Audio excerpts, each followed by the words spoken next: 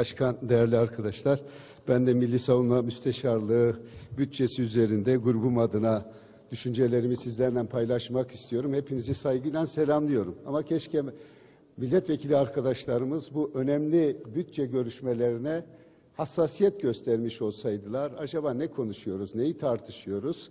Ne yazık ki parlamento böyle. Ben Vietnamlı bir gazinin Vietnam'da yaşadığı o vahşetten bir alıntı yaparak sözlerime başlamak istiyorum.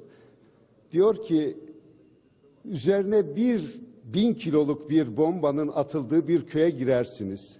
Esir almak diye bir sorunuz yoktur. Çünkü esir alınacak kimse kalmamıştır. Öldürülenlerin Vietnamlı olup olmadıklarını bilemezsiniz diyor. İnsanların parçalarını bir araya getiremezsiniz ki halkımızın anlaması gereken de budur diyor. Bu ülkenin insanlarına diyor napalm bombaları atıldı. Ne olduğunu anlatacak bir yol yoktu. Bir yere gelirsiniz, insanları eğri büğrü olmuşlardır. Akıl dışı bir şey diyor. Bir parçaya yaklaşırsınız, insan mıdır, hayvan mıdır anlayamazsınız. Şimdi ise evimizdeyiz diyor. Bir zaman yapılanların yanlış olduğunu söyleyecek yürekliliği gösteremedik. Gösteremediğimiz için de bugün çoluk çocuklarımızın gözlerinin içine bakamıyoruz. Savaş böyle bir vahşet. Şimdi bizim ülkemizde 30 yıldır adına düşük yoğunluklu bir savaş dersiniz, adına savaş mı dersiniz, bir çatışma süreci yaşanıyor. Yani savaş insanlığa karşı bir vahşettir. Bu vahşeti ne yazık ki ne diyorsunuz oradan, ne bağırıyorsunuz? Sizin göreviniz sadece bağırmak mı? Geldiğiniz günden bugüne kadar kim ki bu kürsüye çıktı, siz oradan laf atıyorsunuz. Siz ne diyorsunuz, ne diyorsunuz? Başka söyleyecek bir şeyiniz yok mu? Niye mi? Genel kurula lütfen, haklısınız. Genel kurula efendim, lütfen. Sayın Akar lütfen.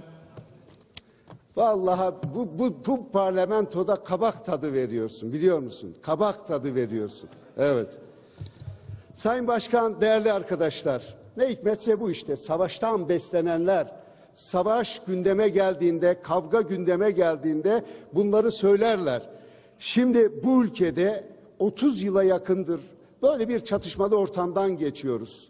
Yani adına ne derseniz deyin ama burada insanlar ölüyor.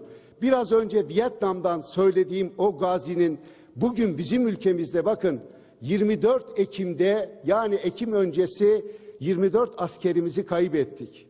Bunu onaylamıyoruz. Her ölen insanı yüreğimizden bir parça olarak görüyoruz. Ama ondan sonraki operasyonlarda Kazan Ovası'nda 40'a yakın PKK'li gerilla bu silahlarla katledildi. Ve şu an Malatya'da tam 50 gün geçti, 19 tane ceset tanınmayacak haldedir. Yani biraz önce Vietnam'da yaşananlar, işte gidin Malatya Adli Tıp Kurumu'nda cesetlerin nasıl paramparça olduğu, kimin cesetlerden sadece bir ayağın kaldığını görürsünüz. Siz parlamentersiniz, grubunuz var, buna karşı söyleyebilecek sözünüz var. İnsanlığa karşı suç işleniyorsa bunu laf atarak değil, bunu nasıl durdurabiliriz, bunu nasıl sağlayabiliriz? Burada Milli Savunma Bakanlığı bütçesi görüşülüyor. Bu bütçedeki bu askerler uzun süredir ülke içerisinde ülkeler yarattılar. Şehir içerisinde şehircilikler yarattılar. Ve sürekli halktan kopuk oldular. Ve sürekli ayrıcalıklı bir sınıf oldular. Şimdi bunları biliyoruz. Dünyanın bakın en fazla ordusuna sahip olan 2.300.000 kişiden oluşan Çin ordusu var. Burada 191 tane general var. Bizim ülkemizde 120.000 askerimiz var, ordumuz var ama bizde de 365 tane general var. Bakın Çin'deki general sayısına, bizdeki general sayısına. Zaman zaman yine bu sıralardan laf atarsınız. Efendim herkesi tutukladınız, generaller kalmadı diyorsunuz. Onun için ordunun morali bozuk. Peki bu generaller ne yapıyor? Ne ediyor? Anadolu'da bir söz vardır. Diyor ki kızı başıboş bırakırsanız ya davulcuya ya zurnacıya gider. İşte bu generalleri de başıboş bıraktınız. Ya balyoz operasyonu yaptılar ya Ergenekon'da halkın iradesiyle seçilmişleri devirmeye kalkıştılar. Yani generallerin görevi bu mudur? Bakın bizim ülkemizde bir generalin emekli olurken ne alıyor? 600-700 milyar arası bir para alıyor. Ama 40 yıl görev yapmış bir vali 70 milyar alıyor. Büyük elçi ne alıyor? 70 milyar alıyor. İşte aradaki ayrıcalık bu. Ve siz de günahkarsınız. Sizinle ilgili 27 Nisan muhtırasını veren bir generale ne yaptınız? Gittiniz onu ödüllendirdiniz. Altına 1 trilyon liralık da araba aldınız. İşte siyaset dünyası onların önünde diz çöküyor. Şimdi bizden rahatsızlar. Bizim niye diz çökmediğimizi. Vallahi biz size karşı diz çökmeyiz. Biz sizi eleştiririz. Görevini yapan her asker bizim başımızın üzerinde yeri var. Ama haddini aşan her askeri de yerden yere vururuz. Geçen dönemde burada bir konuşma yapmıştım.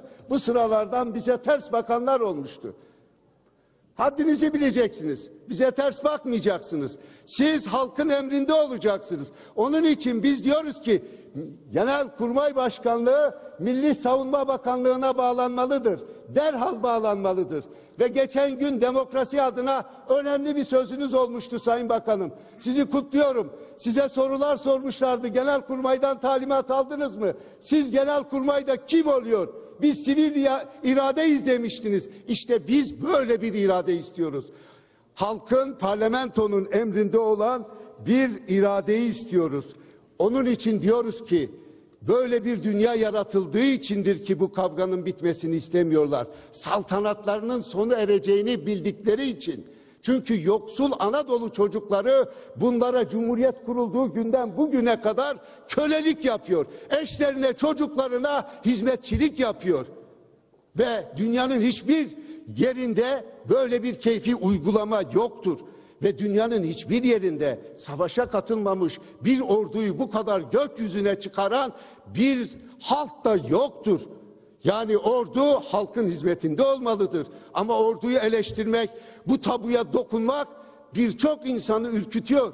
Vallahi biz ürkmüyoruz. Bir tek canımız var. Onu Allah alır. Başka hiç kimse de alamaz. Biz ordunun da düşmanı değiliz. Hiçbir kurumumuzun da düşmanı değiliz. Düşmanı olduğumuz tek şey hukuksuzluktur. Demokrasiye karşı suç işlemektir. Biz bunu açıkça söylüyoruz. Onun için sizin de bir an önce bu parlamentonun gerçekten iç barışımızı sağlamalıdır ki artık bizim çocuklarımız, bakın anneler ve babalar tam 50 gündür söylüyorum, 50 gün Malatya morgunun önünde çocuğunun bir parçasını almak üzere 50 gündür orada. Siz anne baba değil misiniz? Sizin hiç mi vicdanınız yok? Sizin çocuklarınız olsa ne yaparsınız? Savaşın da bir kuralı var. Savaşın da bir ahlakı var. Ölüden bu kadar intikam alınır mı? Ölüye bu kadar eziyet yapılır mı? Öldürdüğünüz gerillanın ayağına ip asıp götürüp ne mutlu Türk'üm sözünün altına koyduğunuzda siz zannediyor musunuz? Kürt halkının yüreğini kazanıyorsunuz. Kürtlerin düşmanlığını kazanırsınız. Bizim çocuklarımızı öldürerek bizi kazandığınızı mı zannediyorsunuz?